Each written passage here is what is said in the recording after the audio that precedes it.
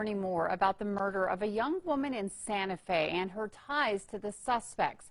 According to court documents, 21-year-old Grace Jennings had a prior relationship with 19-year-old Kiara McCulley and 23-year-old Isaac Apodaca. On the night of the murder this weekend, she spent the night with the two at the couple's home on Jaguar Drive. The next morning, she was found stabbed to death. Injuries, according to police, show an attempt to decapitate her. Well, Apodaca claims he returned to the home to find McCulley killing her. Police say they found text messages between the two conspiring to kill Jennings. It also reveals some strange messages about a secret organization and Apodaca telling McCulley she would move up in the ranks if she killed Jennings. Police say McCulley also admitted to having fantasies about killing Jennings, but claims she has multiple personality disorder and doesn't remember killing her. Both Apodaca and McCulley are facing an open count of murder. This comprehensive analysis examines the police interrogation of Kiara McCulley, a young woman accused of the brutal murder of her ex-girlfriend, Grace Jennings, in Santa Fe, New Mexico, in October 2022. The case is notorious not only for the shocking weapon used, a sword, but also for the central psychological defense presented by McCulley during her interview, the claim of dissociative identity disorder, DID. McCulley, who was 19 at the time, was found near the body of 21-year-old Jennings, who had been killed in the garage apartment McCulley shared with her ex-fiancé, Isaac Apodaca. The interrogation transcript provides a unique and complex window into the mind of a suspect attempting to navigate a murder investigation while simultaneously introducing a profound psychological framework for her actions. McCulley's narrative is a tapestry woven with deep-seated trauma, volatile relationship dynamics, and a self-diagnosed condition that she uses to explain a missing chunk of memory surrounding the crime. The manner in which she presents this condition, with detailed, almost rehearsed explanations, is a key focus of this forensic examination. This analysis will delve into the mechanisms of the interrogation, the psychological function of the DID claim, the role of trauma and codependency in the crime, and the ultimate legal resolution. The goal is to move beyond the sensational nature of the crime to understand the psychological forces at play within the interrogation room. Sorry it took so long for me to get around to talking to you. I know I kind of touched base with you hours ago and told you I'd talk to you soon, but these things always take a little bit longer. Have you ever done this before? Have you ever been in a police interview? Have you ever been in trouble, anything like that? No? Never been in the back of a car before today. No criminal history at all? Well, it's not really like the movies. It's, it's a lot more just talking, and I'm just trying to gather the facts of the case I can from different people's perspectives. Yours obviously is a very, very important one, right? I don't know anything about you. I just know kind of what people have told me so far.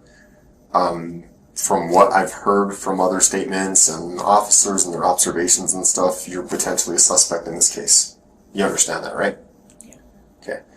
Because you're a suspect in this case, I want to make sure that you are very clear on your constitutional rights. So this is the first form that we're going to go over, okay? These are your Santa Fe Police advice/waiver of constitutional rights, okay? Before answering any questions asked by Detective Javier Vigil, that's me, of the Santa Fe Police Department, I fully understand the following. Sorry about that. I understand that I have the right to remain silent. Do you understand what that means? Yeah, I have the right to be quiet about whatever it is. If you understand that, please initial there. Of the challenge. These are an interesting challenge. Also, nickname there. Okay. I understand that anything I say during this interview can be used as evidence against me in a court of law. Do you understand that? Okay, initial there. These are all initially that you understand. Yes. No. I understand that I have the right to an attorney before and during questioning and at all times. Do you understand that? I think so. I can read it again if you want. Yeah. I'm able to get an attorney at any time. Yeah. before, during, and after questioning. At any time Yeah. you have the right to an attorney. If you understand that, please initial there. I just don't know how to get an attorney.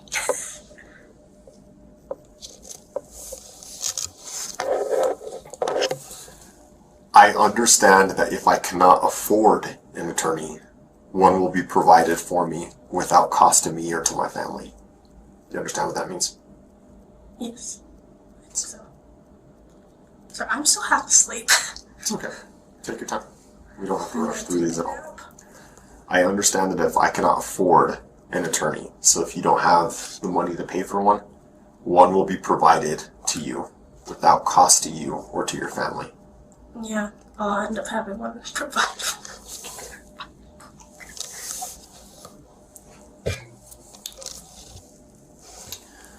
Number 5, I understand that if I decide to answer any questions or make any statements, I still have the right to stop answering at any time.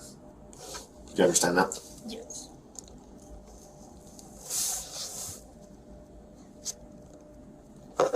Lopsided. It's okay. I have been advised of the above-mentioned constitutional rights and acknowledge that I fully understand them and have had them explained to me to my satisfaction. Furthermore, I consent to answer questions pertaining to, this is the case number for this incident we're investigating, 2022-011401, which occurred on 10/29/2022, and I do not wish to have an attorney present. I also understand that even though I consent to this interview, I can stop answering questions anytime I wish to do so. Do you understand all that? Yes. Okay. You understand? Please sign here, date, and time. Ow! I have a cut like that right here. It's like really hurting.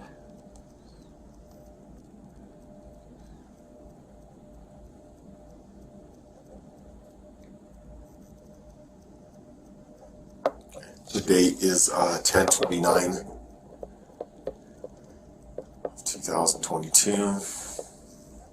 And the time right now, where did the day go? It's 7:15 p.m.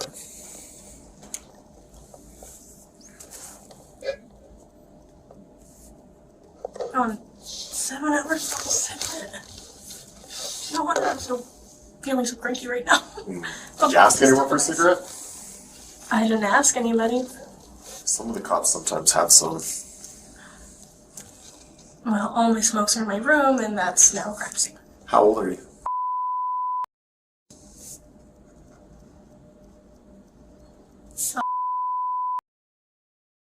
Oh yeah? When's your birthday? Okay. Well, let's start with some of the basic information, okay? Spell out your name for me. What's your first name? Kiara. Spell it for me. K. K-I-A-R-A. Okay. Your last name? McCulley. Spell, please. M-C-C-U-L-L-E-Y.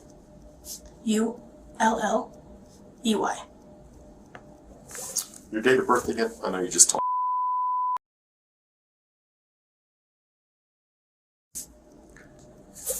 What's a good phone number for you?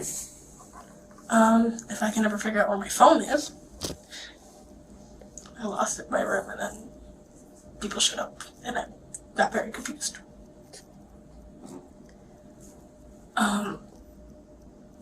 My number is 971-381-0111, and if you can get a hold of me, my mother's number also works. Okay. Do you have that already? No, but hopefully someone else got it, but why don't you give it to me anyway? Mother's number. What's your mother's number?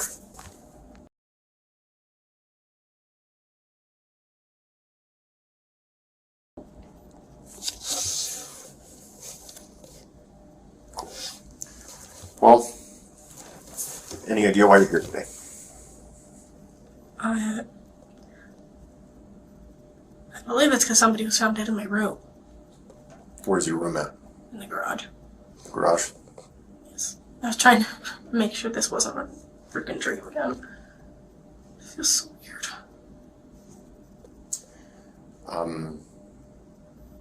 You believe someone was found dead in your room.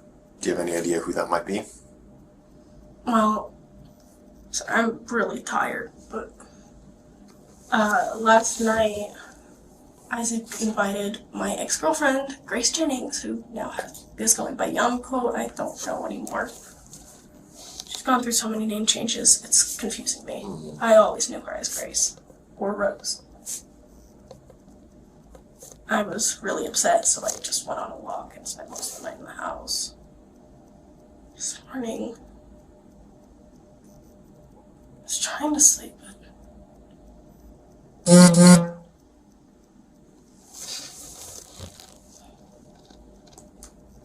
if you were blocking memories for me again, God damn it. Sorry. Who are you talking to?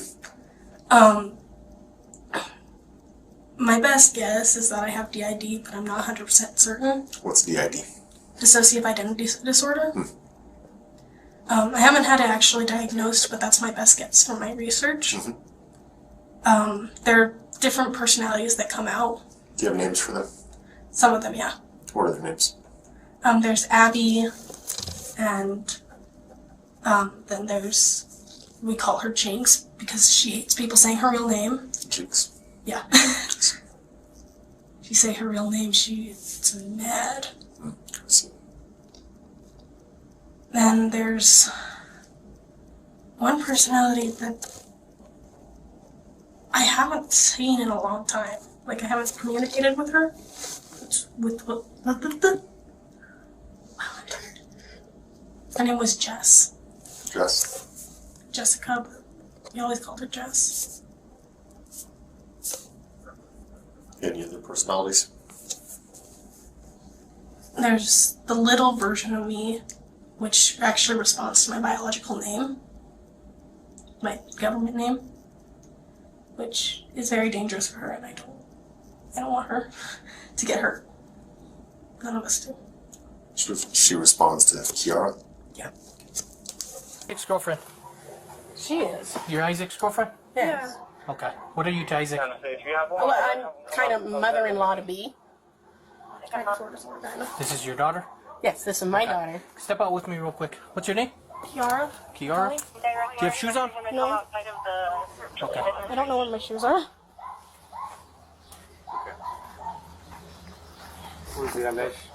Do me a favor. This is his girlfriend. Try on for real quick. Can I get some shoes on or something? Not right now. Do you get some shoes for her? Be detained at this point, okay? You want to put mom in your car? Get out of there. For now?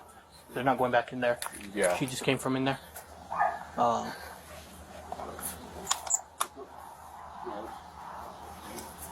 And then I'll take her to my car. Yeah. I have cats. I have to. They can't Unfortunately, get out ma'am, of but the this is an active investigation, okay? house. So Can I nobody's block going back the in the door house. somehow? No, No. this is a crime scene at this point. How's my house a fucking crime scene? There's a deceased There's a person dead in your body in the garage. garage. That's why it's a crime There's scene. a body in there? Yes. A dead body in Stand garage. up for me. Let's walk this way. What the fuck? Go ahead and come here with me, man.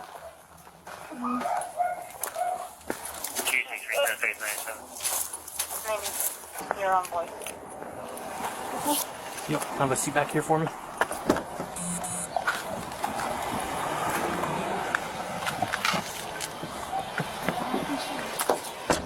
Quick.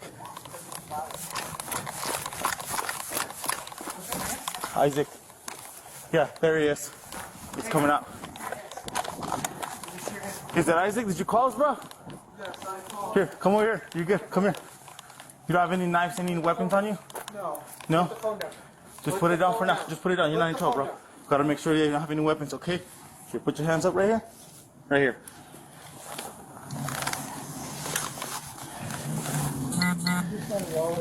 I get it. It's good, bro. Here, for now, bro, just because it looks like your girlfriend or whoever's in there is really injured. So for now, we're gonna put you under detention, okay, until we can figure this out. So can you tell me, how did this call transpire? How did you call us? I walked into the garage. I walked into the garage, and when I walked into the garage, she goes, "Oh, I just did it." And I'm like, And who was this? Kiara McCulley. She told you that? Very calmly and everything. Blood on her hands and... You're a little more warm. We're gonna put you behind this unit, okay? Just hang out, sit tight, okay?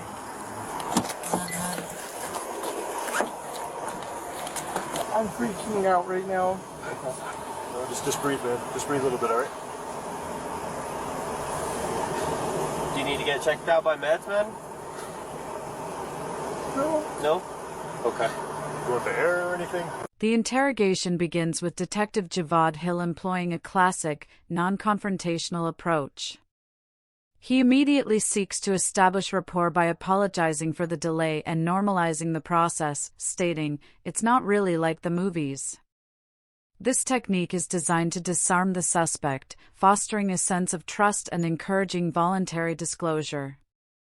The detective's initial goal is not to secure a confession, but to gather facts and, crucially, to secure a valid waiver of constitutional rights. The reading of the Miranda rights is the first critical juncture. McCulley's responses are characterized by a noticeable lack of urgency and a degree of emotional flatness.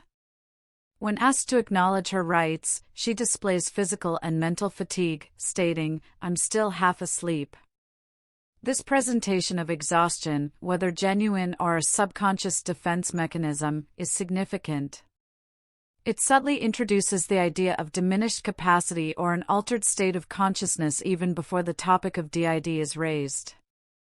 By signing the waiver, McCulley consents to speak without an attorney, a decision that, from a forensic perspective, is often a sign of either profound naivety, a desperate need to control the narrative, or a genuine belief that she can talk her way out of the situation.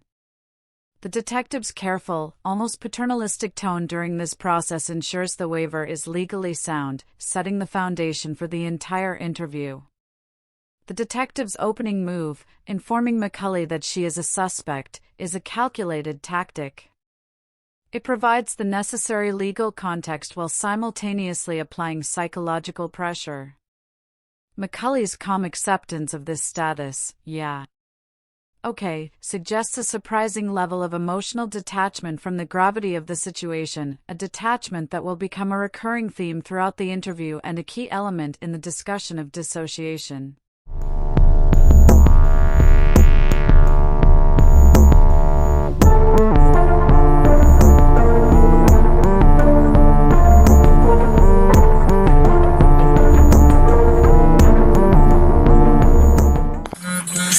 Sorry it took so long for me to get around to talking to you. I know I kind of touched base with you hours ago and told you I'd talk to you soon, but these things always take a little bit longer. Have you ever done this before? Have you ever been in a police interview? Have you ever been in trouble, anything like that? No? Never been in the back of a car before today. No criminal history at all? Well, it's not really like the movies. It's, it's a lot more just talking, and I'm just trying to gather the facts of the case I can from different people's perspectives. Yours obviously is a very, very important one, right? I don't know anything about you. I just know kind of what people have told me so far. From what I've heard from other statements and officers and their observations and stuff, you're potentially a suspect in this case. You understand that, right? Yeah. Okay. Because you're a suspect in this case, I want to make sure that you are very clear on your constitutional rights. So this is the first form that we're going to go over, okay? These are your Santa Fe Police advise/waiver of constitutional rights, okay? Before answering any questions asked by Detective Javier V. Hill, that's me, of the Santa Fe Police Department, I fully understand the following. Sorry about that. I understand that I have the right to remain silent. Do you understand what that means? Yeah, I have the right to be quiet about whatever it is. If you understand that, please initial there. Of the challenge. These are an interesting challenge. Also, nickname here. I understand that anything I say during this interview can be used as evidence against me in a court of law. Do you understand that? Okay, initial there. These are all initially that you understand. Yes.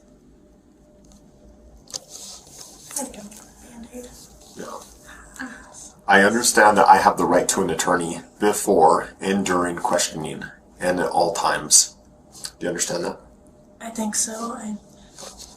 I can read it again if you want. Yeah. I'm able to get an attorney at any time. Yeah.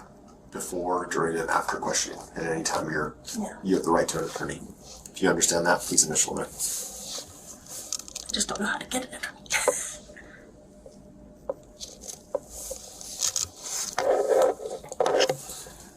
I understand that if I cannot afford an attorney, one will be provided for me without cost to me or to my family. Do you understand what that means? Yes. I think so. So I'm still half asleep. It's okay. Take your time. We don't have to rush through these at all. I understand that if I cannot afford an attorney, so if you don't have the money to pay for one, one will be provided to you without cost to you or to your family. Yeah, I'll end up having one provided.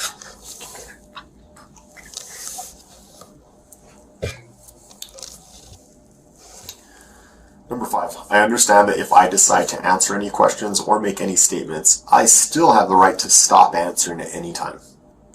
Do you understand that? Yes.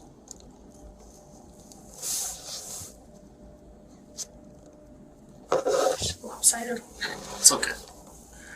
I have been advised of the above-mentioned constitutional rights and acknowledge that I fully understand them and have had them explained to me to my satisfaction.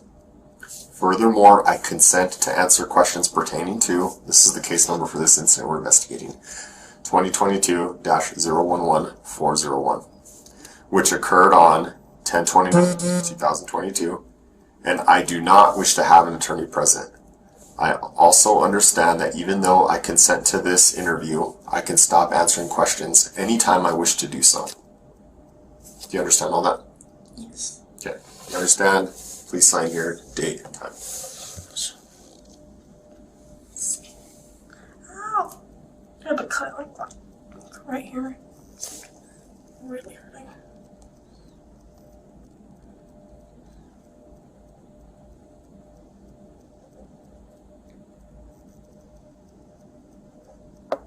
The date is 10/29/2022. And the time right now, where did the day go? It's 7:15 p.m.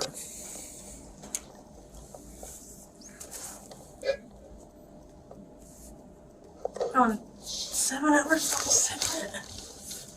No wonder I'm so feeling so cranky right now. Did you ask anyone for a cigarette? I didn't ask anybody.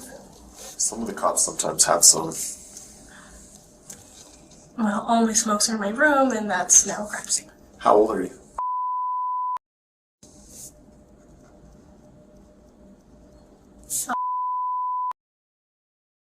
Oh yeah? When's your birthday? Okay. Well, let's start with some of the basic information, okay? Spell out your name for me. What's your first name? Kiara. Spell it for me. K-I-A-R-A. Okay. Your last name? McCulley.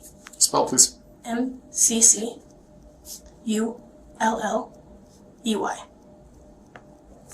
Your date of birth again? I know you just told me.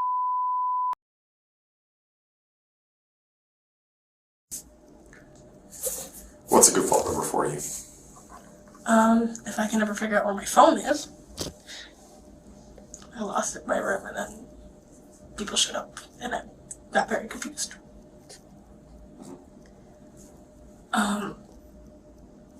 My number is 971-381-0111, and if you can't get a hold of me, my mother's number also works. Okay. Do you have that already? No, but hopefully someone else got it, but why don't you give it to me anyway? Mother's number. What's your mother's number?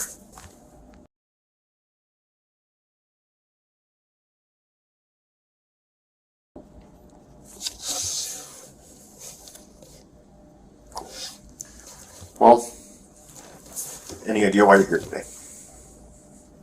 I believe it's because somebody was found dead in my room. Where's your room at? In the garage. garage? Yes. I was trying to make sure this wasn't a freaking dream again. It feels so weird.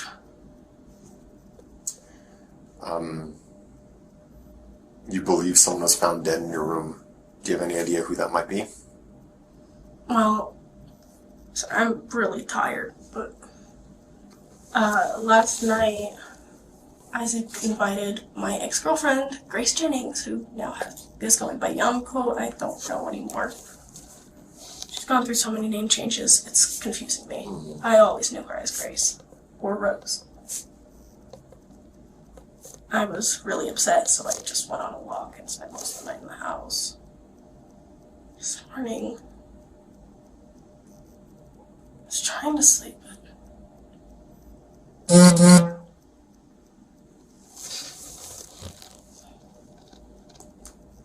if you were blocking memories for me again, God damn it.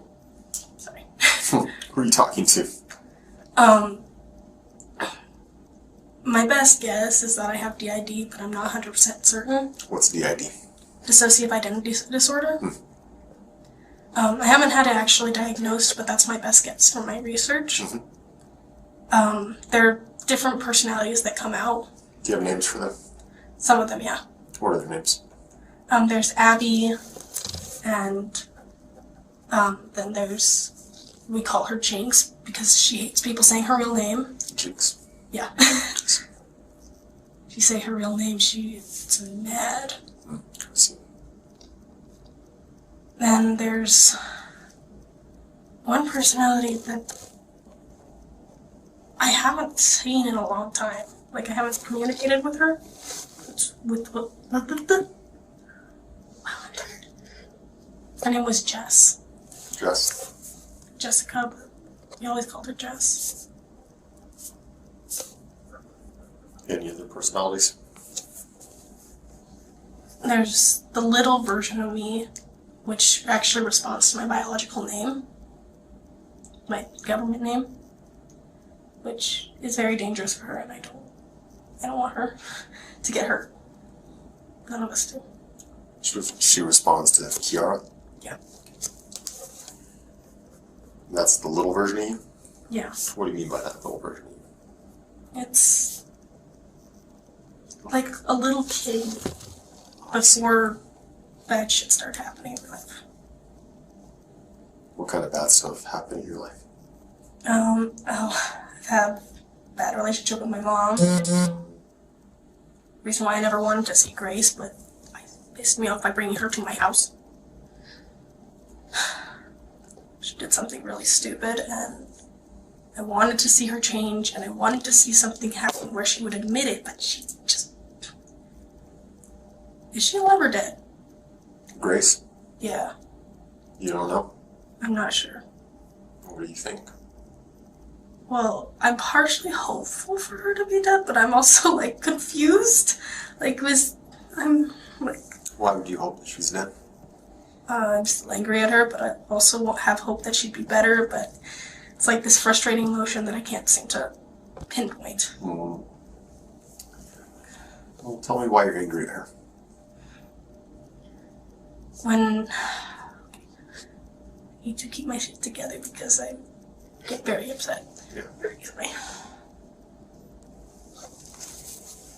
Back in 2016, there was a video floating around of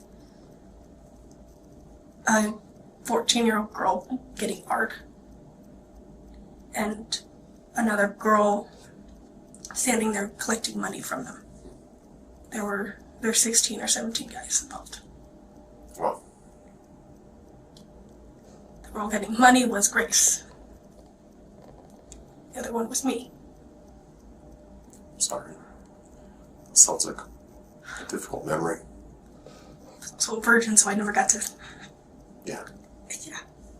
That's hard. Thank you for sharing that. I know it's probably something difficult to share, especially with a stranger. Yeah. Okay. So now I have a little bit of background of...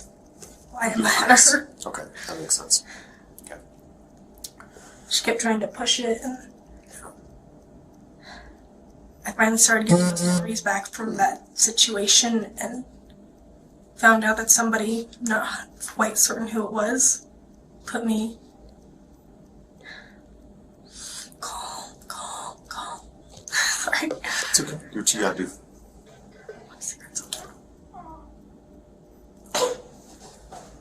There was a car crash, and that's the only reason why I'm still here. So I'm like playing with this because it's like I need to calm myself down. Yeah. And it will not stay down. She was the first person I ever loved. Grace was. Yeah. And the first person to completely destroy me. So part of me hates her guts. It wants to see her dead. The other part wants to see her get better and see if she'd admit it. Just fix it. It's like I'm split. I don't know what's the better emotion. Fighting between them is really challenging. Sure. That's why I didn't want her in my home. It's just like, this is too much. Yeah, a lot of emotion there. How long did you guys date for? I don't really remember how long it was. Years? Months? Probably months. Months. Less than a year? I think so. How long ago was this? What year did you guys date? It was 2015, 2016-ish. 2016 was when the video was rolling around. Have you kept in contact with her since then?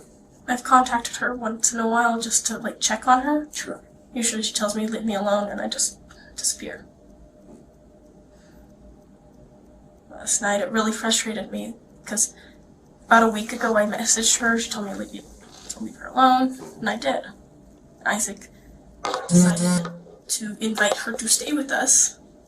Why would you do that? Because she's suddenly homeless. She suddenly needed somebody. He's done this with so many people.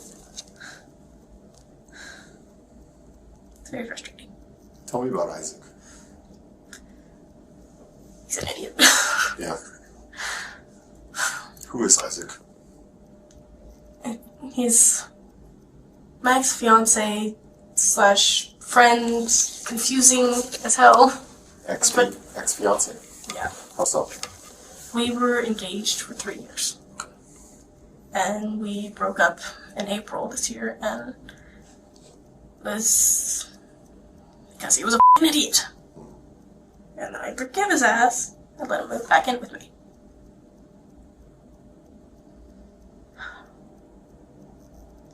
Okay, my brain keeps thinking of cigarettes. Calm me down. Sorry. Did I just kick you? Yeah, you did. Okay. So where do you live at?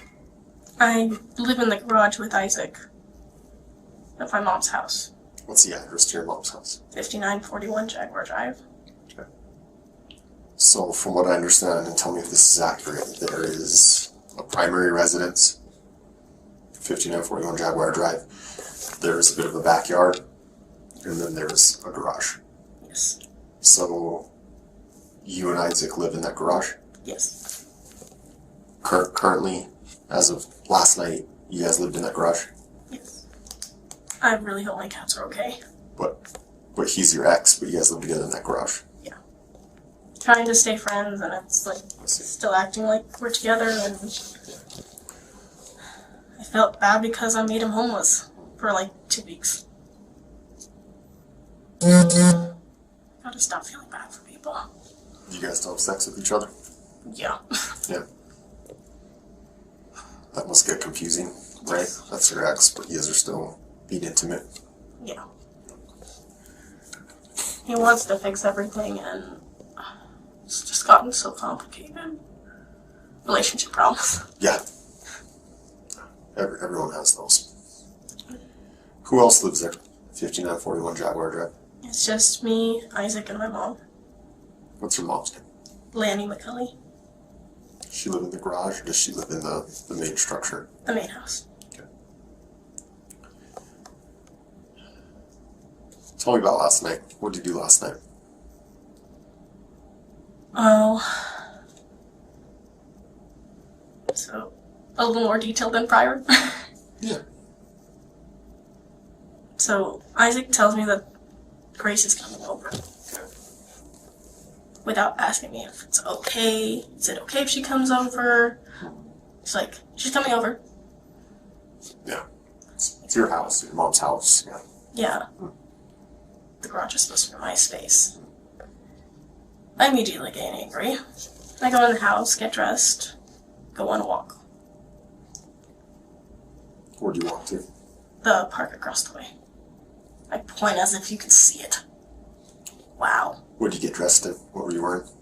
That was black medieval piece and some black pants. Sounds cool. Sounds interesting. Okay, so you go to the park and then what? Just kind of sat there listening to some music and had a couple cigarettes. Trying to calm myself down because I'm just like, let me come back. It's just gonna be an hour, don't worry. Bullshit.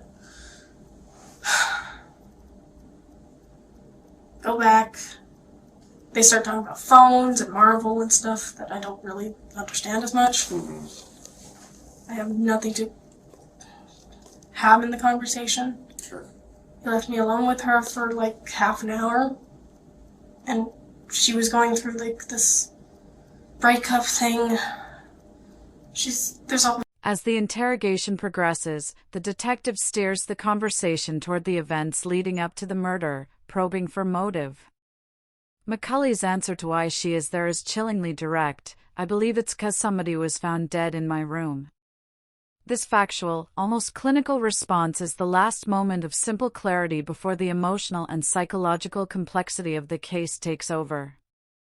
The core motive for the murder is revealed to be a toxic cocktail of unresolved trauma, intense emotional conflict, and a volatile relationship dynamic.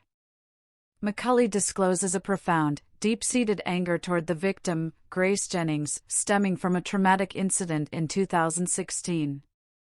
McCulley describes her conflicting emotions regarding Jennings' death. I'm partially hopeful for her to be dead, but I'm also confused. Why would you hope that she's dead? I'm still angry at her, but I also won't have hoped that she'd be better. This quote encapsulates the psychological conflict at the heart of the case. It is a struggle between the desire for revenge, a wish for the source of her past pain to be eliminated, and a lingering, almost childlike hope for reconciliation and change. This internal war created a psychological pressure cooker. The unexpected return of Jennings to McCulley's home, facilitated by her ex-fiancé Isaac Apodaca, acted as a severe, immediate trigger. It was not just an inconvenience, it was a reactivation of a core trauma, escalating McCulley's emotional state to a point of crisis where her usual coping mechanisms failed. The role of Isaac Apodaca in this dynamic cannot be overstated. McCulley describes him as an idiot and details a confusing, codependent relationship where they still live together and are intimate despite being broken up. This arrangement speaks to a lack of clear boundaries and a reliance on a highly dysfunctional emotional system. The research confirms that Apodaca was later charged with coercing McCulley into the killing. This suggests that McCulley was operating within a highly manipulative and emotionally charged environment, where her own trauma and rage were potentially weaponized by her co-defendant. The presence of Apodaca created a dynamic where McCulley's emotional vulnerability was exploited, turning her personal rage into a lethal act of violence. The detective's skill in this phase is in allowing McCulley to articulate this complex web of relationships and trauma, thereby providing the psychological context for the extreme violence that followed. So you're the one kind of taking the money and she's the one? Yeah. I see. But making it worse. I see. And how would you kill her? In your dreams? Depending on the dream. So there's several dreams? Yes. How many? I've had a bunch of murder dreams, if you could call that. About a lot of different people. Not just Grace. Yeah. Grace is the number one, I am pissed at you. And then there's my ex Ozzy, which, okay, I'm gonna not talk about that because that's gonna Go focus on Grace. Yeah. We don't have to make you upset. No, it's just gonna start a whole tangent and I'm gonna get slightly angry. That's fine. So you thought about killing Grace a number of times? Yeah. I have dreams about it all the time, and I'm like, I wonder what this will look like in my brain. Do you use weapons, or what do you do? I create torture devices out of sex toys. What kind of sex toys? Usually a dildo, and then put razor blades on it, and cover it in lemon juice.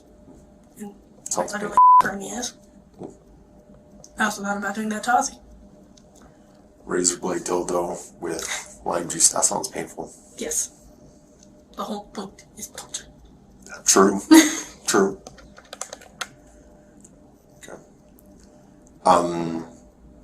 Have you ever talked with Isaac about this?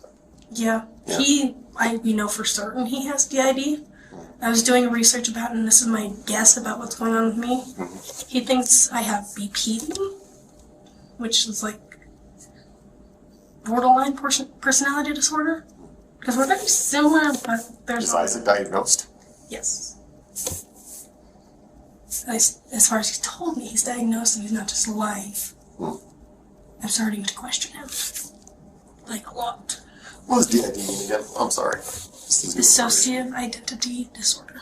Dissociative identity disorder. Previously... What was that word? Previously known as multiple personality disorder. Multiple personality. That's the one I was thinking of. Yeah, that's This what sounds more previously known. professional.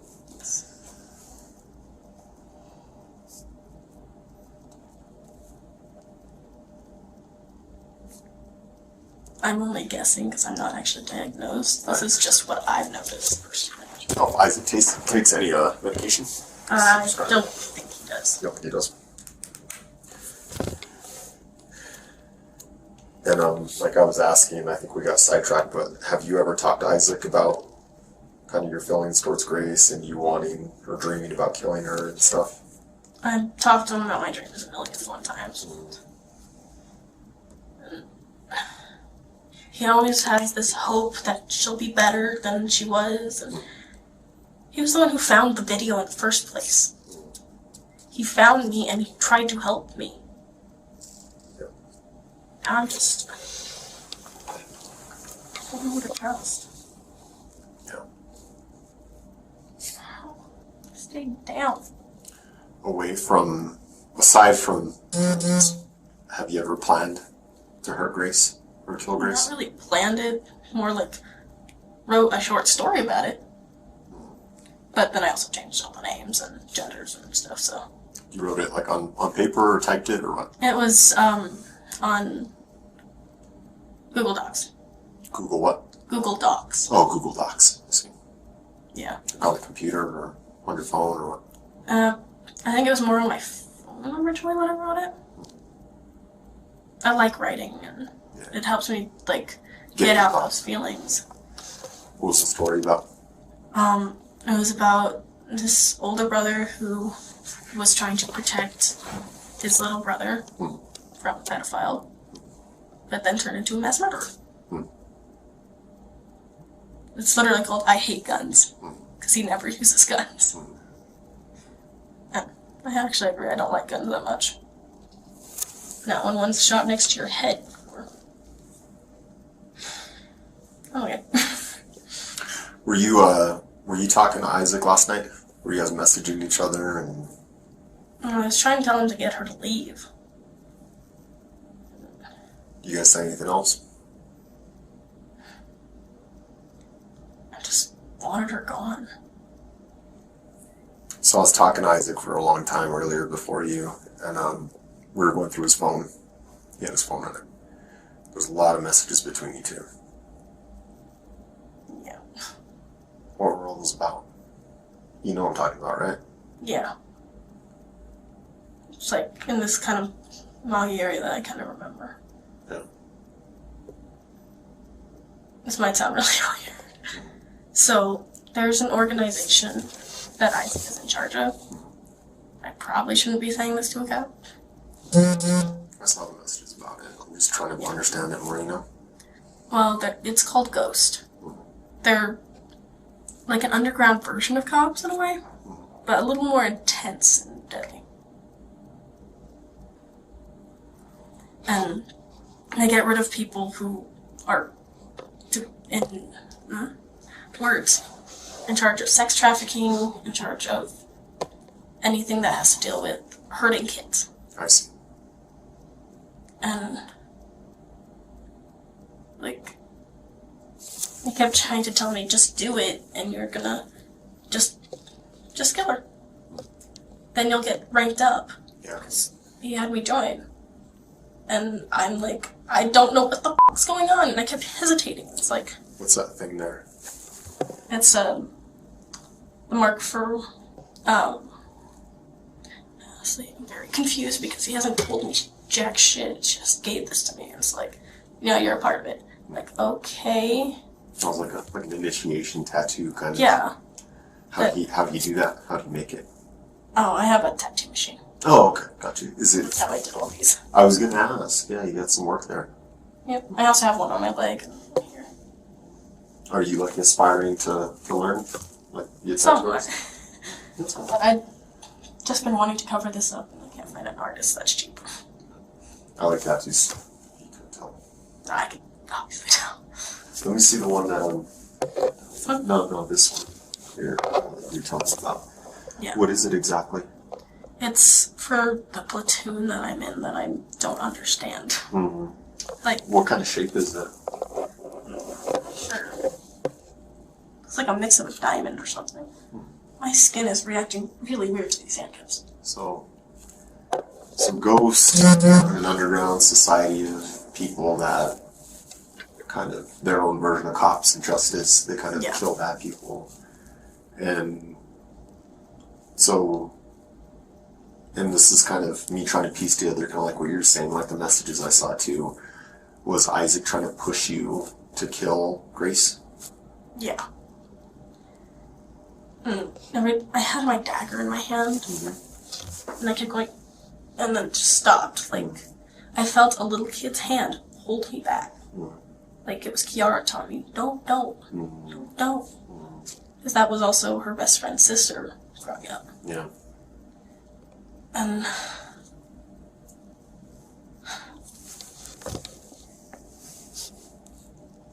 God, things got so messy.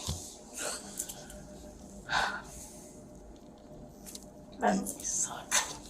Do you think you killed Grace? I'm not sure.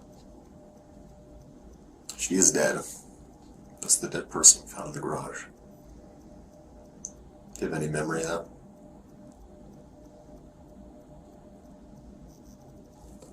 Second, that just like, what Yeah.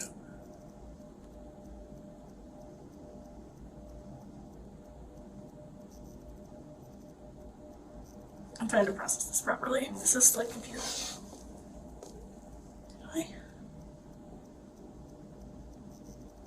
I don't know. Like, Isaac disappeared for a while. I don't... Like, after I took my shower, I couldn't find him. I just assumed he went on a walk. I'm very confused. I'm like trying to think. What the fuck? Do you remember when police arrived on scene? I just remember my heart going like crazy. Okay. I don't know. It's like I'm not used to cops just showing up at my house. They told me you ran inside. How come you ran inside? I'm pretty certain that I was gonna grab something I forgot. Sorry. You saw cops and then you ran inside to get something you forgot? No, I thought I heard something, but I didn't know it was from my house. Oh. When was the last time you saw Grace alive?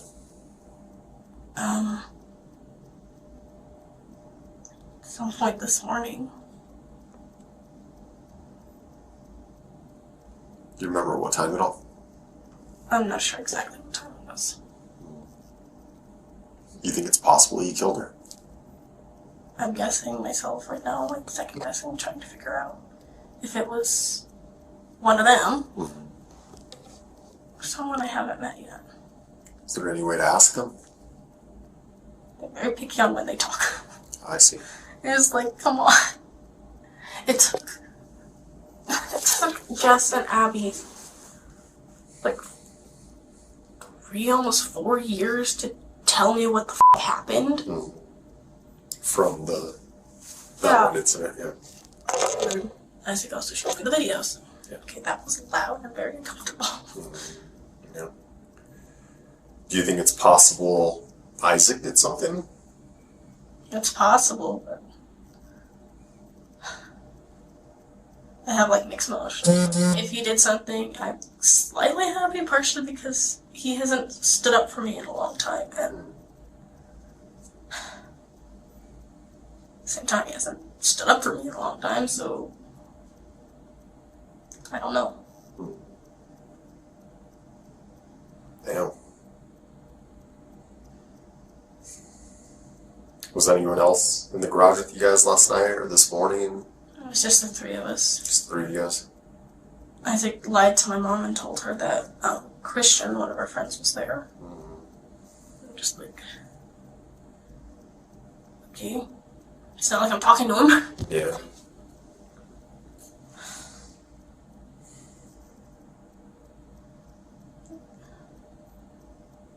I'm so confused right now.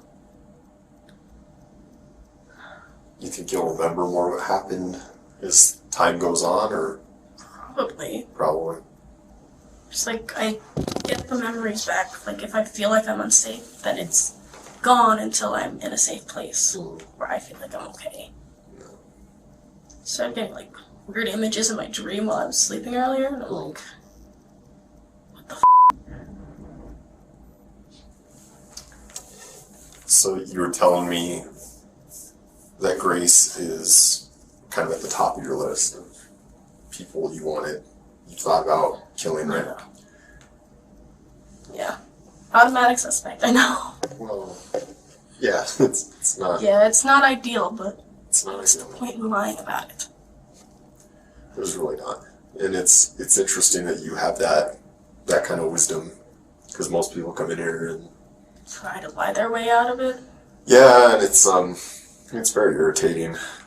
Isaac tried to do a lot of that, and this is our life, and especially when there's messages and stuff, it's very transparent when someone is lying. You know what I mean? Now I'm intrigued what he tried to lie about. Because I'm trying to figure out if he's been lying to me. Yeah. Talking about the black market and ghost and Bitcoin and the end of the world in 24 days.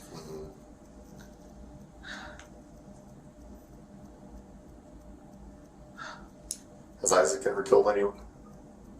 Well, he said he did, but I don't know if it's true. Who do you say he killed?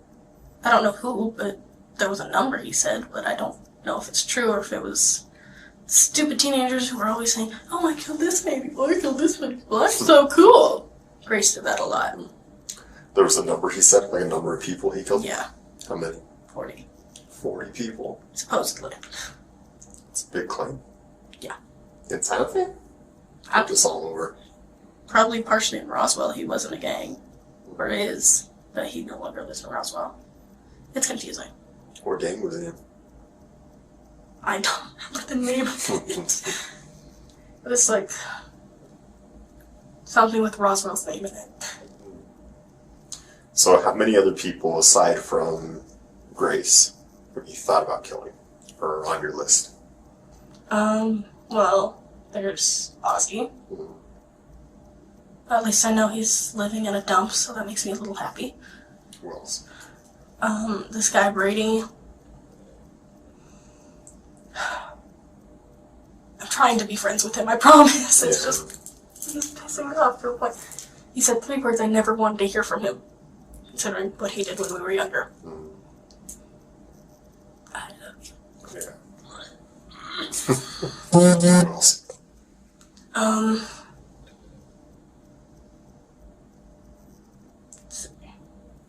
Brady, Ozzy. And there were thoughts, but on the lower hand about people I used to go to school with. Like, those are the main, like, sick of their shit. Yeah. Oh, there was one other. It was Jeffrey Flock. He keeps stalking me. I had to prank him by using Isaac's phone to tell him that I went missing so he would leave me the fuck alone. Okay. Calm down. Calm down. So you said there's a possibility that you might have killed Grace. Also a possibility that Isaac might have done it, right? There's kind of that gap of time missing in your memory. It's confusing. Do you ever remember blood being on you? I remember when I cut myself, but I don't know much more than that. And how did you cut yourself again? I tried to catch a knife in the kitchen. Knife? Yes. What kind of knife? I dropped it and I tried to catch it. It was, how do I describe that knife? It was, I'd show you. Cooking knife? Well, it is a cooking knife, technically. It is. Just Isaac was telling me about a few knives. He was telling me about a dagger, a butterfly knife. Yeah, one of my butterfly knives got stolen, so I got a new one. And then he was talking about a sword. Remember anything having to do with any of those? Well, I know I bought a sword not too long ago. What kind of sword is it? It was like, it's a two-handed sword. I don't really know much else. Other than it was perfect for the apocalypse if it does come. There you go. That's the main reason for the buy. It's like, I want to learn. Do you remember anything regarding the sword, the dagger, the butterfly knife, and last night? I remember the dagger. It's really dull. Like, I kept playing with it, and like, when I did try, when Isaac kept telling me to just do it, and then just, it literally feels like somebody's holding me. Felt like somebody was holding me. So, what you're kind of demonstrating right now, was that you about to stab Grace? Yeah. Was she asleep? Yeah, at least I think she was. She looked pissed at it. Then it just kept stopping me. So Were you guys consuming alcohol last night, or drugs or anything? I had a couple sips of Jack Daniels, I think that's what it's called. Last night? Yeah. What about this morning? Not this morning. I just had a couple last night because I was getting, like, frustrated. What about Isaac? Did you drink last night? I don't think so. No. What about Grace? I don't think so. She said something about just getting her teeth done. No.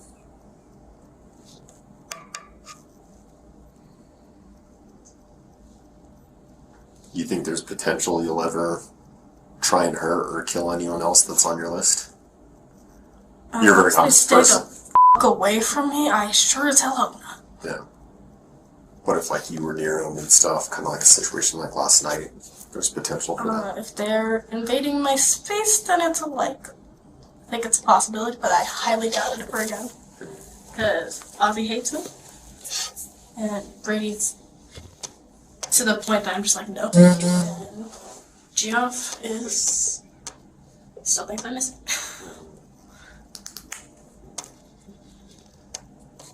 Okay. Anything else you could think of regarding last night and what happened? Anything else you can remember?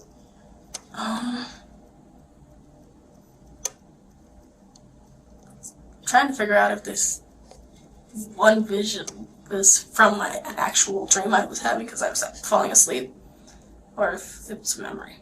What was the vision? I'm not sure. It looked like an ear on my wall. A what? An ear on my wall. It was really confusing. There's an ear on your wall? Yeah.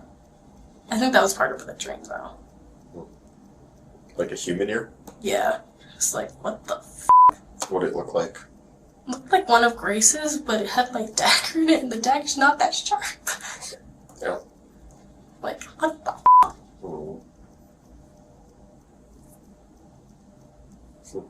Very confused. Yeah. Well, still an active investigation. We're gathering statements from everyone.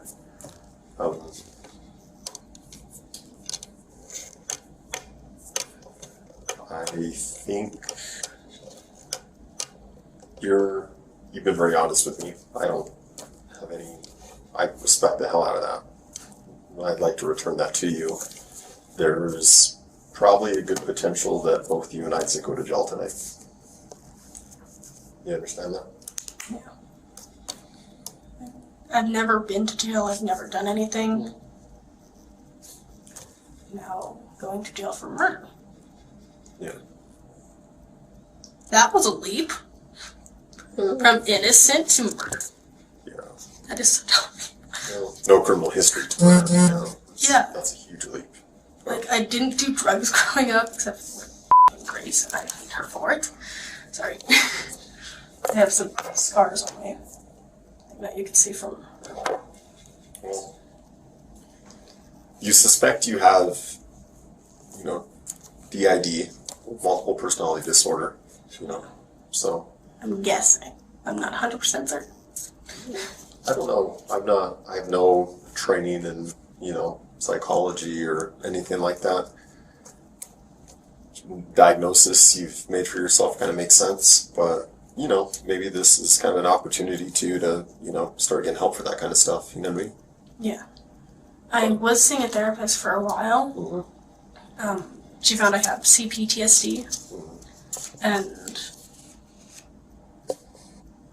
what else was it? There's something else I can't remember now. I am really tired. Yeah. Just want to stop for a second. But there's suspicion that I have ADHD or ADD.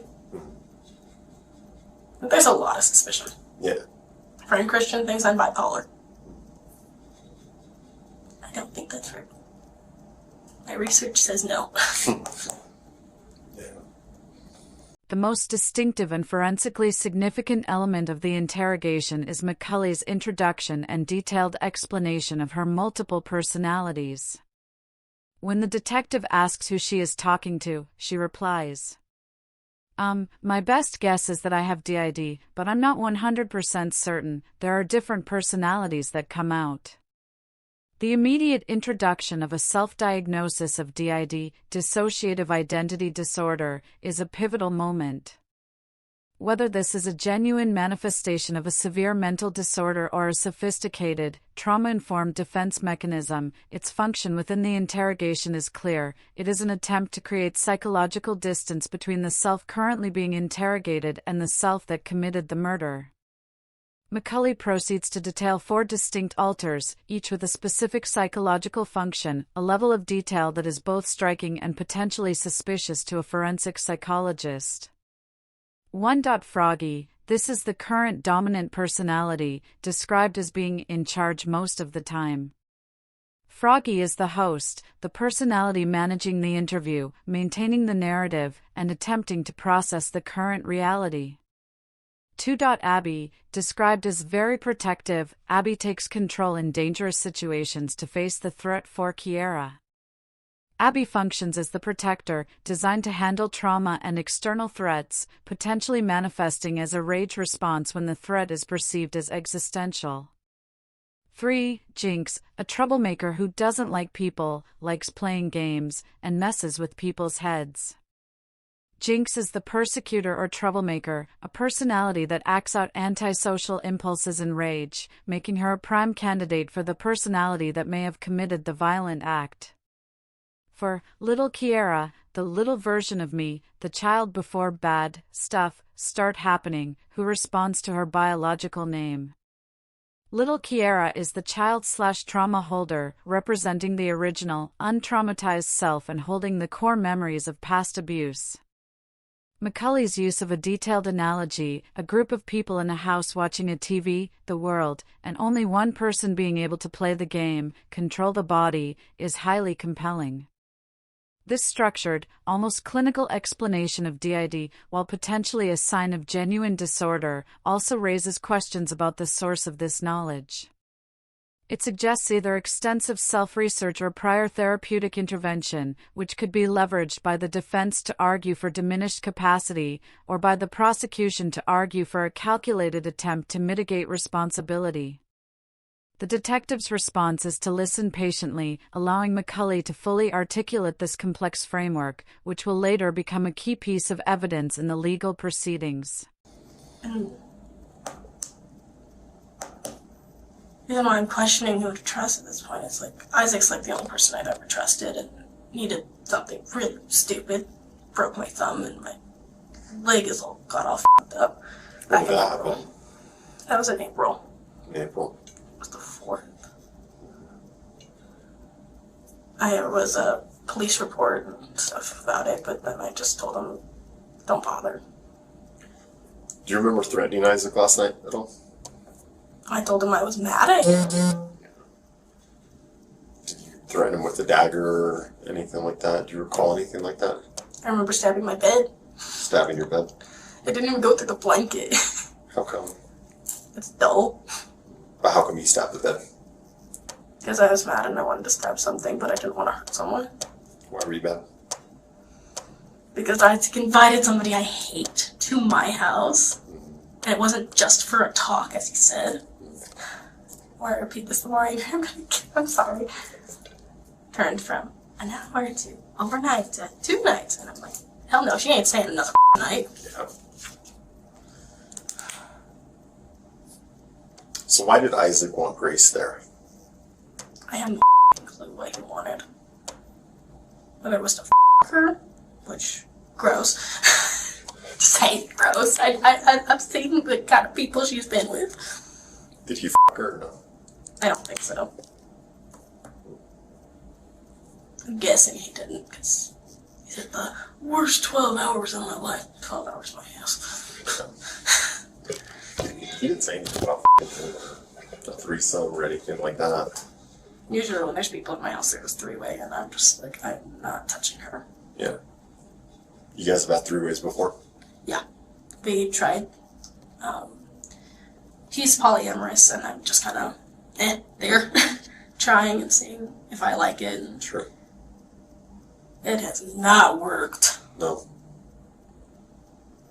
The first time, she did not like girls at all. Mm. And took all of my nicknames. Okay, I'm gonna end up getting really... Yeah, sorry. He took all my nicknames, and he started treating me like shit. And then... tragedy hits him. Then he suddenly cares again. The last one, that was interesting. Yeah. The last girl we were with, her name was Brittany, I think. She had like 5 different names that she went by. Which is confusing.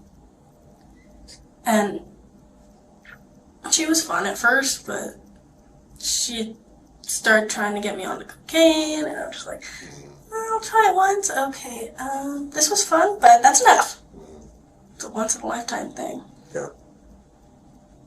It was like, okay, she's definitely got an issue, and I cannot help her with that.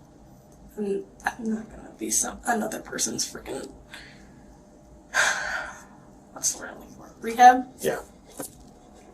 Sometimes I have to say, what's the word I'm looking for? And then I remember it. So again, from what you can remember, you don't know who killed Grace? I'm not 100% certain. I'm only guessing. I've seen Isaac get violent before, but I know how angry I am at her. But of course, he's hulked out before. What does that mean when he hulks out?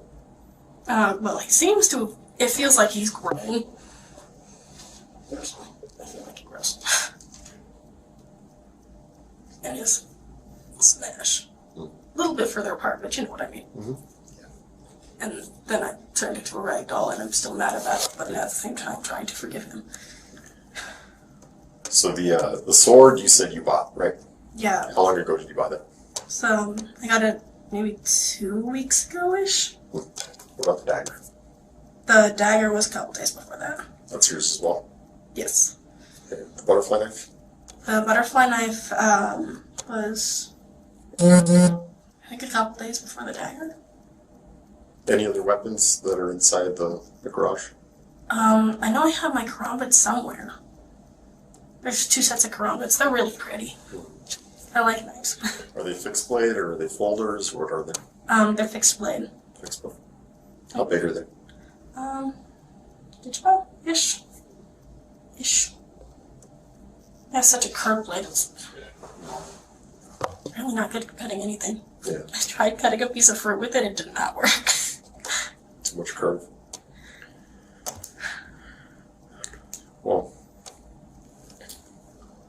what we do know, when the officers went through and kind of did a security sweep of the garage and everything, I've been told by a few different people is the sword, which I'm assuming is the sword you're describing, was bloody. Barely pick it up. Yeah.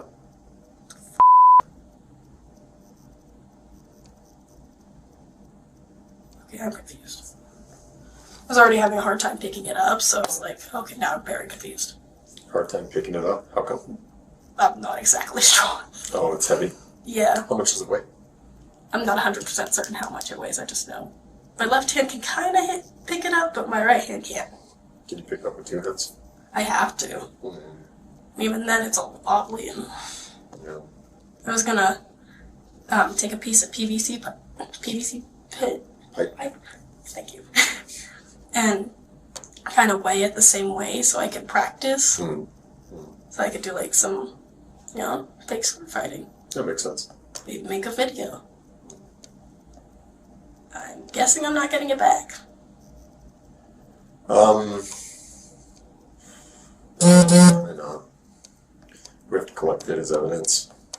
It was $200. Damn. Where'd you get it from? Amazon. Amazon. That felt like I just got stabbed. Sorry. Well, we gotta do some paperwork. I wanna see you get some rest. Anything else you can think of that might be important to us?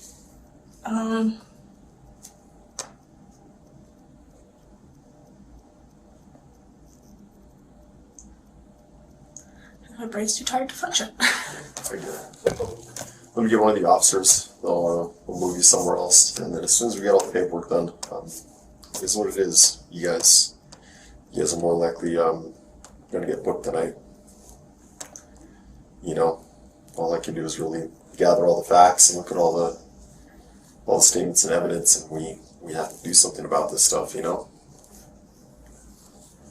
things are the way you're saying, I mean, you kind of want to get this stuff looked at and figured out. I mean, I don't think no one intentionally wants to have that inside of them where they just want to kill people.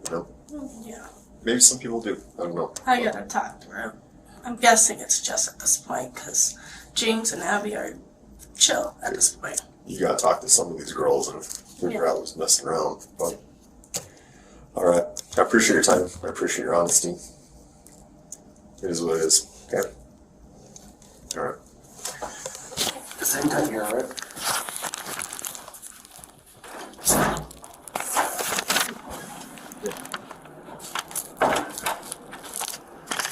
There you off.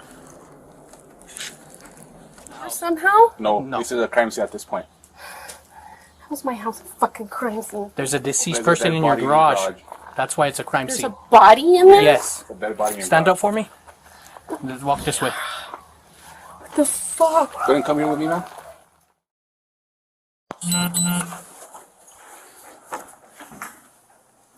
Detective Gonzalez.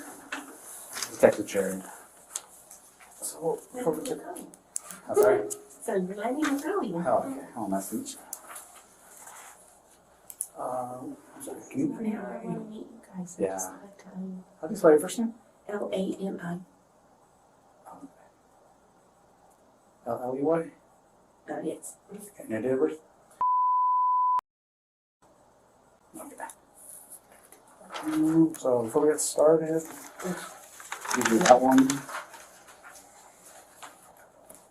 So just advancements of rights. Hey, you're wearing glasses. No, these are driving glasses. My reading glasses are in the house. Okay, well I'm gonna go over it. This was letting you know before answering any questions asked by me or Detective Gonzalez at the Santa Fe Police Department. You understand your following rights. You understand that you have the right to remain silent. You understand that anything said during the interview can be used as evidence against you in a court of law. You understand that you have the right to an attorney before and during any questioning at all times. You understand that if you cannot afford an attorney, one will be provided to you without any cost to you or your family. You understand that if you decide to answer any questions or make any statements, you still have the right to stop answering at any time. Do you understand each of those rights? Yes. So I'm just going to write our names here at the top.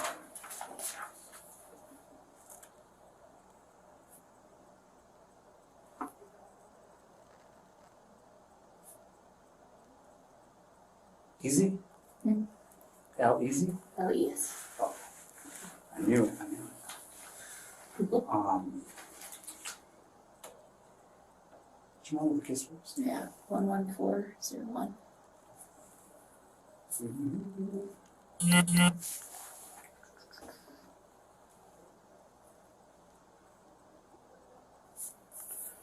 So all it is just that you're understanding each of those rights, and then you could just initial. So if you can read it, you can. If you want to go over to verify. Yeah, I read it. I spelled really well. All right.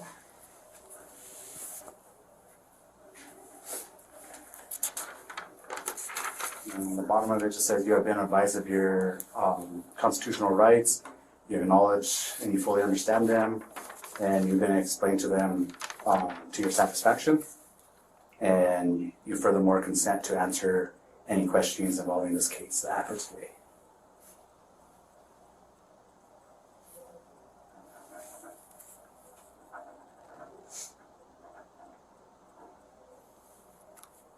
And then, yes. And I don't know the time. 6:41.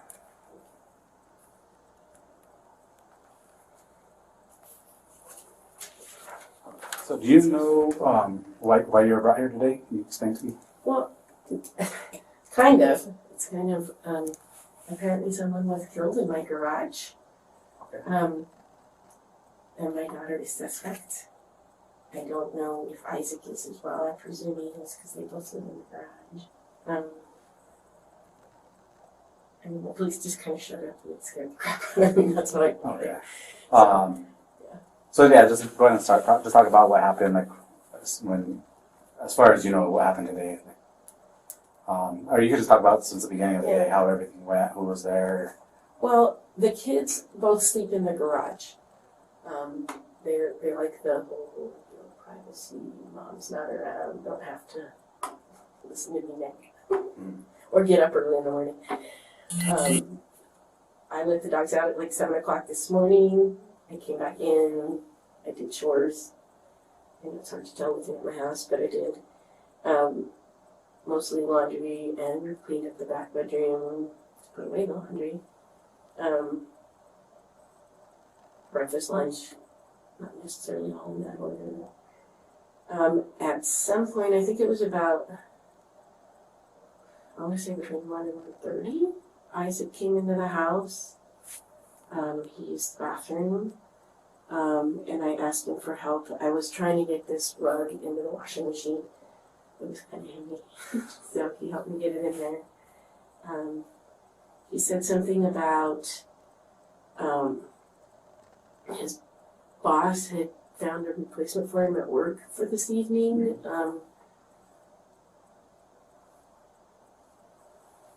Which didn't make sense to me because today was supposed to be his first day at work, so unless he called in, it didn't make sense. He was saying something about he just found it because he thought maybe I would be sick or something, it didn't make any sense because usually you call in and then the boss finds a replacement. It didn't make sense to me what he was saying. But we got the rug in the machine, and then I took a shower, and then I sat down. I think that's when I actually had lunch. I'm sorry. I don't pay attention to what I do, I just do it. Because I was watching Picard and eating and playing a game on my phone. My daughter came in, and she's always the last one to get out of bed, so I always give her that time. Oh, she's alive, Yeah. It's so crazy. She just said, I'm going to go ahead and take a shower. She got in the shower. She came out of the shower, she went to the garage, she came right back. And she said, Mom, I think something happened in the garage. And that's about as far as I got when I saw the police officers trying to open the door. And I was like, stop breaking my door. I guess that's kind of what they do. But it freaked me out. I didn't understand what was going on. People were yelling, get out of the way, clear you, come over here, go over there. It was overwhelming. Okay, yeah. A lot of things will happen at once. And I have no idea what was going on. But they're saying that Kiara got as far as explaining to me that Grace Jennings had come over to the house last night. She and Grace have a background that is not pleasant. They had actually met, my daughter was like in 3rd grade, I think, and Grace's younger sister Marjorie was my daughter's best friend. So they hung out a lot. They came over and stayed the night at our house. My daughter went to their house. It was just kind of, kid things. And my daughter was about 14, I want to say, this is all just off the top of my head. She decided that she had more in common with Grace than she did with Marjorie. So she quit hanging out with Marjorie, which caused some conflict between her and Marjorie.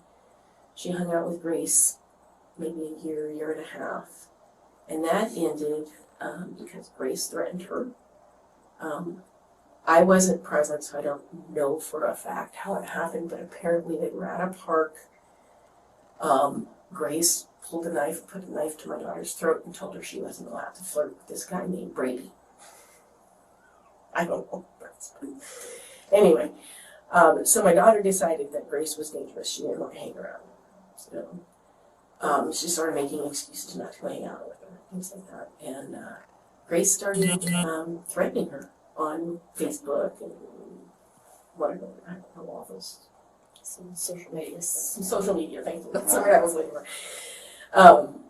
And, I just told her, well, let's block her, but my daughter still kept talking to her. So I finally changed my daughter's phone number. I told her to change your phone number. You're changing all your social media IDs. We went through a lot. And it stopped. And it was just weird that a couple of days ago, Kiara showed me this Facebook, and she goes, it was Grace's face, but she was using some, Oriental name, anyway, and Marjorie was using some name Arlo or something. She was being some guy online, and it was that's Facebook. Yeah, Facebook. And their pictures with different names? Yeah. Okay. And a whole history of who they were and everything, which was not truthful, at all. It was weird. But my understanding is that Isaac also knew Grace previously, because Grace is how Isaac and Kiara met. Okay.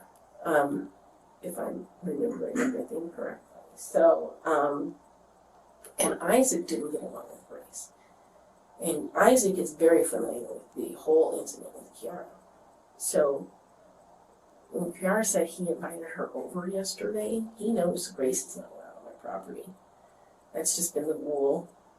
Grace is aware of it, they're aware of it, and everybody's aware. So why Grace would have come over to our property is beyond my understanding. And if she was there, I have to question why and what happened in that room. Right. Well, when did they let you know that Grace was staying there? While the police were there. Okay. That's actually when I found out. Okay. And were Grace and Kiara back then, were they dating? That's my understanding. They tried that whole relationship thing. Okay. I don't think it worked. And that would have been part of the problem. I don't actually know. Okay. But Kiara was trying to figure out her sexuality at that point, so it's very likely. Okay. All right. The focus shifts to the immediate aftermath of the crime, where McCulley introduces the concept of a missing chunk of memory. This is the critical bridge between the DID claim and the murder itself. McCulley states, "Next thing I remember is going to go take a shower. There's a little chunk missing. I don't understand. I'm confused. Do you have a whole chunk of memory missing?" Yeah. In the context of DID, This is known as dissociative amnesia, where the host personality genuinely cannot recall actions performed by an alter. From McCulley's perspective, the person speaking to the police did not commit the crime, a separate, autonomous entity did. This claim functions as a powerful psychological defense of non-culpability. It allows McCulley to express confusion and distress over the outcome without accepting moral or legal responsibility for the action. Forensic psychology views claims of amnesia with caution. While genuine dissociative amnesia is a recognized symptom of DID and other trauma-related disorders, it can also be a form of motivated forgetting, a subconscious mechanism to suppress memories that are too morally threatening to the self-concept. In this case, the amnesia conveniently covers the most incriminating period, the moment of the murder. The detective must navigate this claim carefully, neither validating nor dismissing the DID framework, but continuing to press for factual details that the host personality might possess. The final element of this phase is the subtle but crucial role of coercion by Isaac Apodaca. McCulley's description of their relationship as codependent and her statement that Apodaca invited Jennings over without her permission highlights the manipulative environment. The research confirms that Apodaca was later charged with coercion. This suggests that the missing chunk of memory may not only be a result of DID but also a psychological response to being manipulated into an act of violence. Apodaca's influence may have been the final catalyst that allowed a more aggressive alter, Jinx or Abby, to take control, viewing the act as a necessary defense or an act of obedience within the dysfunctional power structure of their relationship. The complexity of this dynamic, trauma, DID, and external coercion, presents a formidable challenge to the legal system. Last night, or did they have more than anyone else that invited over that you know about? Or I didn't even know about anyone being invited over. I did go to bed, I want to say probably about 10:30 or so in the evening, because I stayed up late to wash dishes. But I took cold medicine because I think I have a upper respiratory infection. So I took Walgreens version of Theraflu, which makes me feel pretty good. Okay. But I was up at 7 o'clock this morning. There was no indication I was over there. That's not true. The dog went to the catio, which is right outside of the garage, and was like sniffing like there was something going on. And there's this kid, Christian, who's like the homeless kid in the middle. And sometimes he comes and he sleeps in my backyard, which kind of freaks me out. Okay. So I thought maybe he was in there. So I went and I peeked into the catio. And there was this box of stuff. I don't know where it came from or what it was. I was like, okay, well, there's no human there, so we'll get go back into the house. But that was really the only indication that there was possibly going on here Okay. at the house. Do you know Christian listening? I don't. Do you know approximate age or anything like that? Oh, he's he's maybe in his early 20s. He's a homeless kid. They met him at the mall, while working at the mall. And he has his bike is in my backyard. He rode his bike over once and then he left the bike. I don't know where he put somebody else. And then earlier today, before the cops and all that came out, at any time this morning till the cops showed up, did you hear anything unusual? I didn't, but I will say I'm half deaf. I'm hard of hearing in my left ear, and I had the radio on. So when I have the TV radio on, I really don't hear much. Okay. So the only reason I'm asking is because, yes, the Grace is deceased in your house. Looks like it's a very violent homicide. She was cut several times with a sword. So I don't believe she would be quiet. I don't think it was a quiet death. I can't imagine it would have been. That's what I mean. Did you see them She just got it 2 days ago. earlier today? Like before before No. Kiara came in the shower or anything? No, I saw Isaac first, and he didn't seem to indicate that anyone was at the house. And he didn't say anything, So was that behavior kind of usual? Was that normal when you saw them? He seemed distracted, but I don't know, he does that a lot. I mean, I don't have a nice way to put this, but I don't trust half of what comes out of his mouth. He's kind of a, storyteller. So, when he's talking, it's like something as simple as, I called in to sick on my first day of work, rather than, oh, your boss just thought I might be sick, so he really hadn't filled my position for the day. It's like, it doesn't make sense, a lot of it. Yeah. Okay. Oh, I'm sorry. You were saying something about the sword. Oh. Yeah, she got a sword. She ordered it, I guess, on Amazon. Carried it? Oh, yeah. And I presume it was her. Anyway, it came in her name, but, I think he's got her credit card all the time. So, no information. But it came in, was it Thursday or Friday? So we got it. Okay.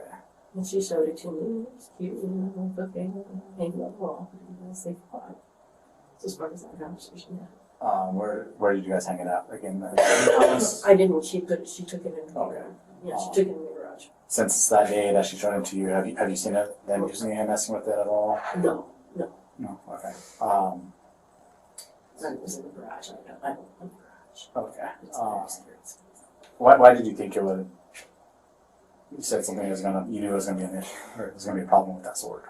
Swords are just dangerous to have around anyway, and my daughter is not a safe person. I don't know how to put that. Like she half-assed puts things away. Broken glass she leaves on the ground. She would pick it up. So she's just kind of careless. yeah. So I was thinking, the sword would open. Would be left open. A cat or a dog would get cut.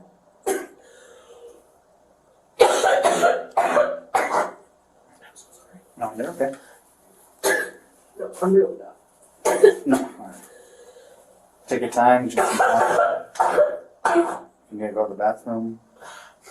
I was in the hacking up fun. Oh, So yeah. it's like, yes, and stuff. Do you know how long Kiara and Isaac have been here? Oh, people ask me that question. Well, it was before COVID, so at least 3 years. How long has he been living with her? He's been in our house, I think March will make 4 years. Okay, So about 3.5 years. Okay. And have they always been in the garage? No. Initially, they were actually in the front bedroom. You could take that way too. You just got into two. Oh, it gives me a reason to get up. Oh, okay. Need my exercise. They spent quite a bit of time initially. They were in that front bedroom. They moved out a couple of times for like a month at a time. And then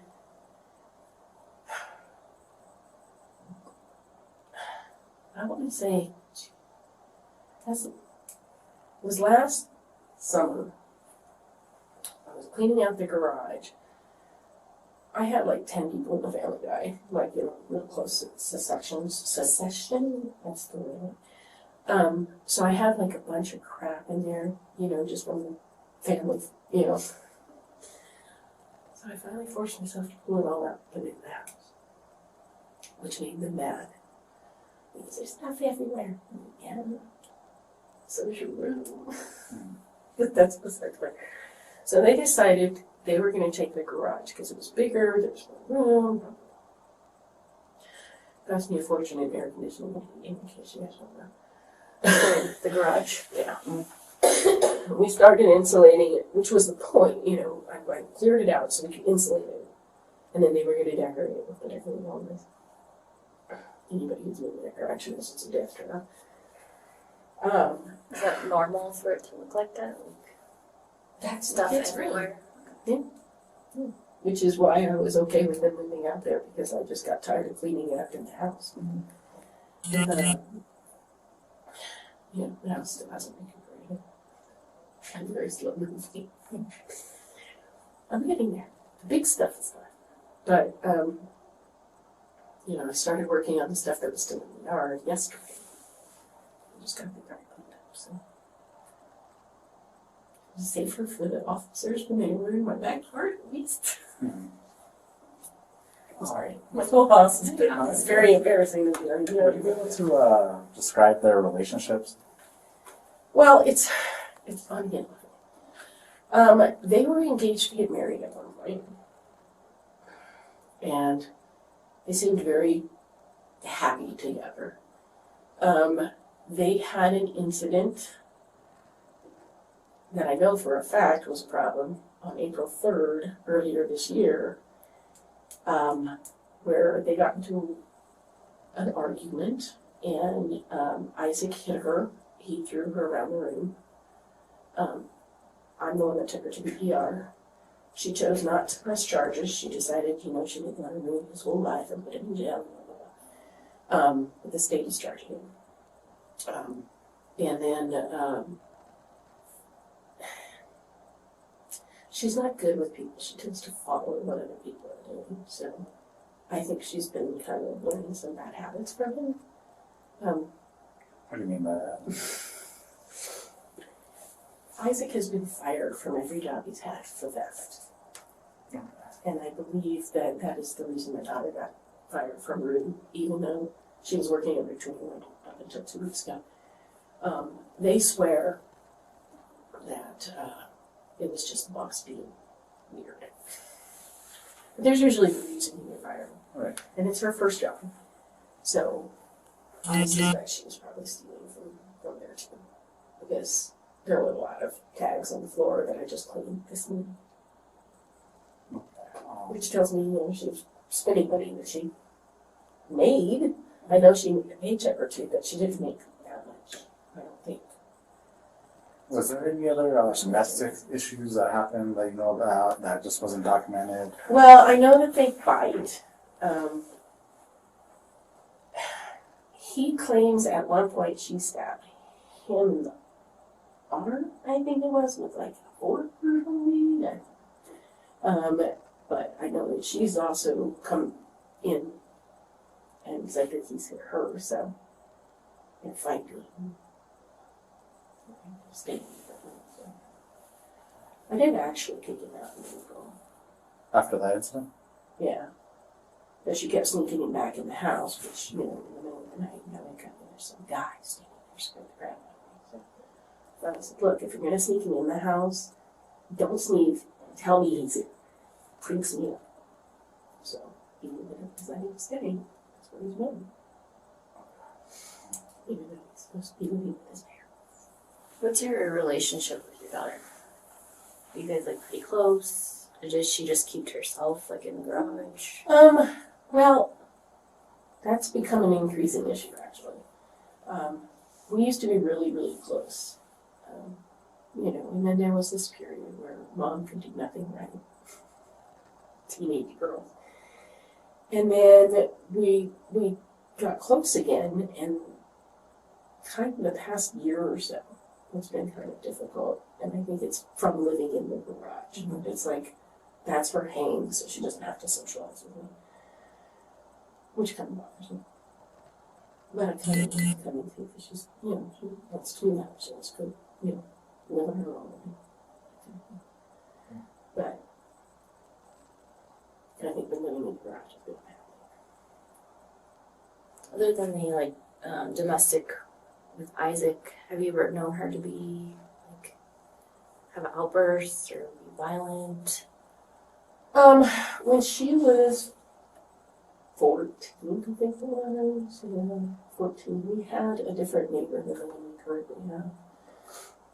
And they used to throw bottles and rocks at our dogs in the backyard. We had a different dog than the ones that are there now, but the woman came out one day and said the dog was breaking the fence, and I needed to buy it. I said, I'll get the dog down off the fence, I'll fix the fence, nothing to do. But she decided to say, well, if you don't get that fucking dog taken care of, I'm going to kill the fucking dog. She threatened the dog. And 14-year-old went off. She was like, you touch my dog and I'll fucking kill you. And I'm like, whoa, stop, child. So the police were called to our house. And I sat her down and I explained to her, we don't say shit like that. We just don't. We don't threaten to kill people. And that was the only time that I really heard her ever say something.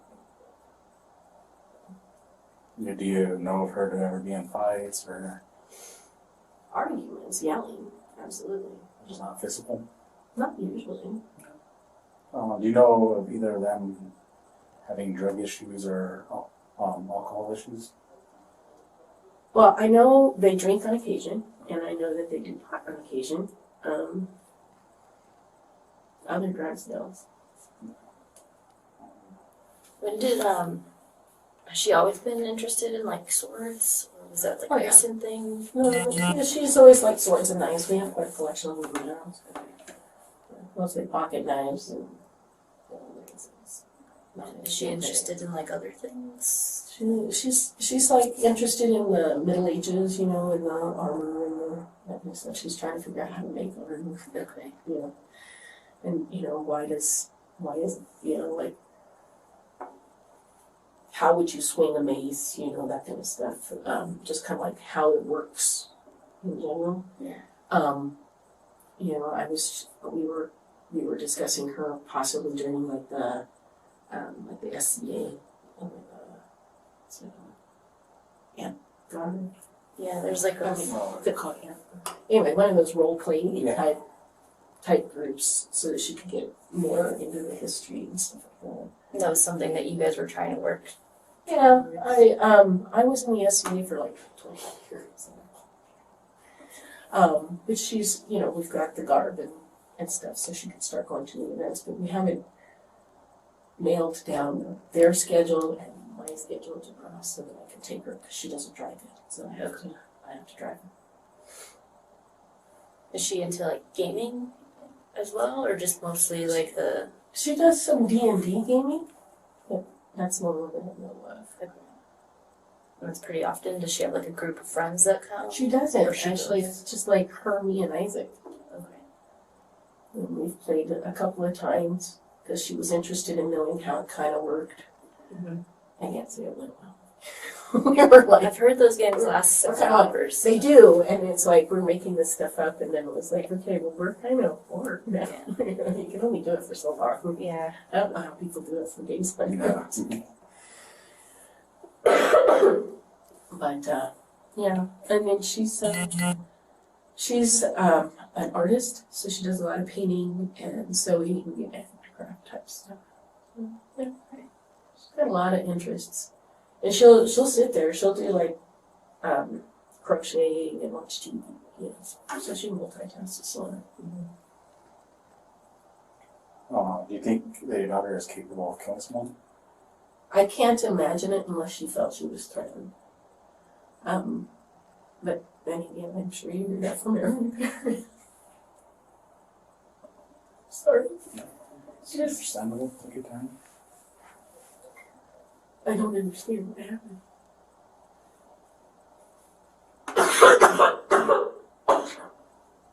I really don't. I can't imagine her doing it. What about Isaac?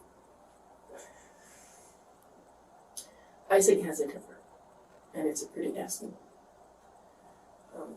Last year, he broke into somebody's house up in West New York, tried to use me as a getaway driver. That didn't go well. So he's actually on probation for that. I mean, he knocked in their door while they were home, scared the crap out of this poor woman. And then he hit my daughter, so I can see. And my understanding is that he's been arrested even prior to that. But he's been living with us since he was 21. That's really big. Remember, so about 4 years. And he hasn't, really done much. He's pretty mellow, except for this past year. I can't imagine anybody killing him, but that's just kind of.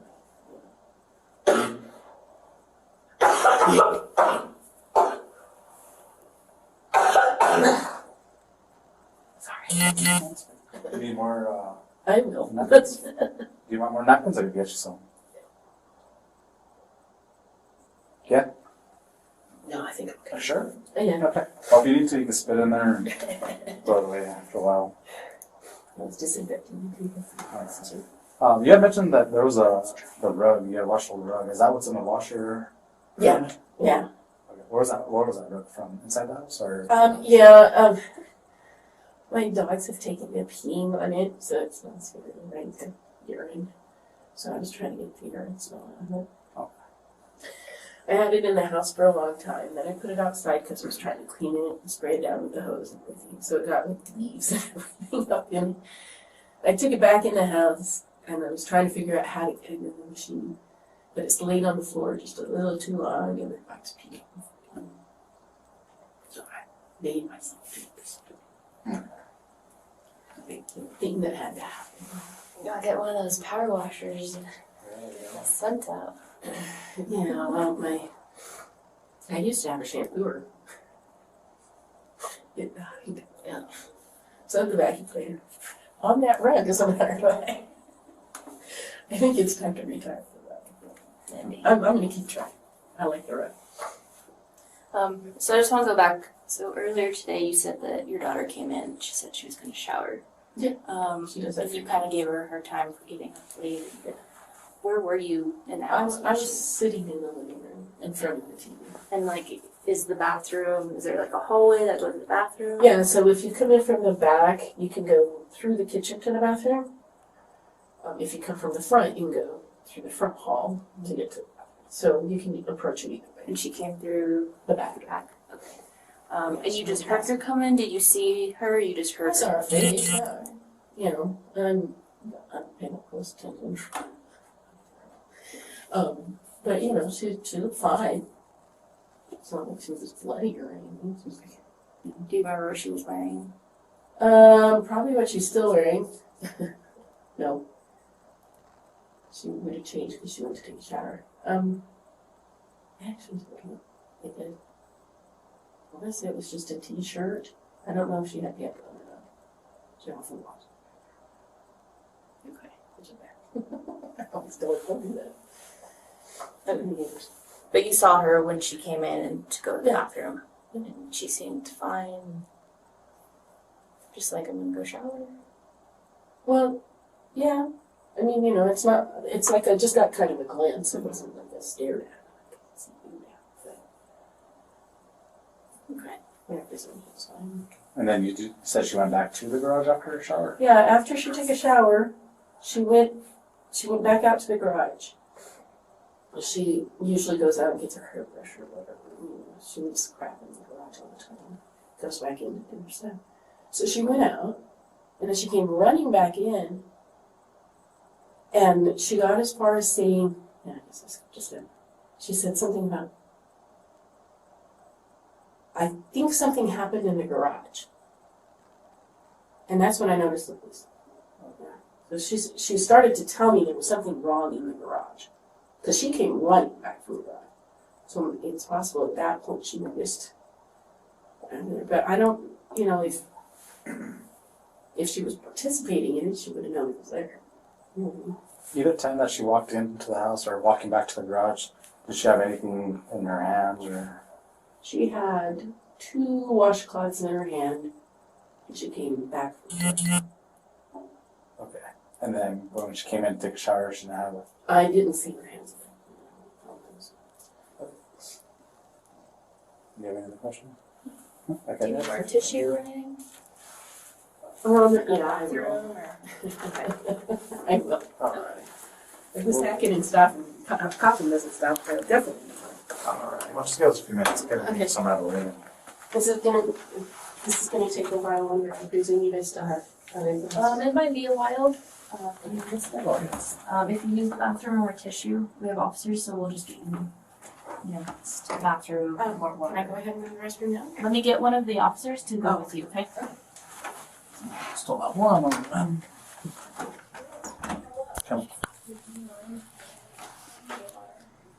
Kiara McCulley's Interrogation is a profound case study in the intersection of severe childhood trauma, complex mental health claims, and criminal behavior.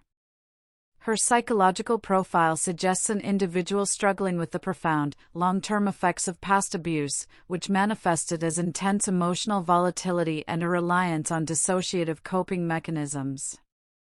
The murder of Grace Jennings appears to be the tragic culmination of a highly charged emotional environment where a core trauma was reactivated and potentially exploited. The psychological defense of DID, while compelling, does not automatically negate the legal concept of culpability. The legal system must ultimately determine if the person standing trial is criminally responsible for the actions of the body, regardless of the internal psychological structure. McCulley's ability to articulate the DID framework, including the names and functions of her alters, suggests a high level of awareness and self-reflection, which can be interpreted by the prosecution as a calculated attempt to mitigate responsibility. The legal proceedings following the interrogation focused heavily on the evidence and the complex relationship dynamics. Kiara McCulley was initially charged with an open count of first-degree murder. However, the case did not proceed to a full trial on the first-degree charge. The complexities introduced by the DID claim, coupled with the evidence of coercion by Apodaca, likely led the prosecution to seek a plea agreement to ensure a conviction. In February 2025, Kiara McCulley reached a plea agreement with the prosecution. She pleaded guilty to aggravated second-degree murder. This plea was made in exchange for her testimony against her co-defendant, Isaac Apodaca, who was facing charges of first-degree murder and coercion. As a result of the plea agreement, McCulley was sentenced to 30 years in prison. This outcome reflects a legal compromise, acknowledging the severity of the crime while potentially recognizing mitigating factors, such as her age, mental health claims, and her cooperation in the case against Apodaca. The case highlights the immense challenge the legal system faces when confronting claims of severe mental illness, ultimately prioritizing the need for justice for the victim while securing a conviction that bypasses the complexities of a full trial defense based on DID. The interrogation, therefore, serves as a powerful document, not just of a crime, but of the psychological fallout of trauma and the difficult path to legal accountability.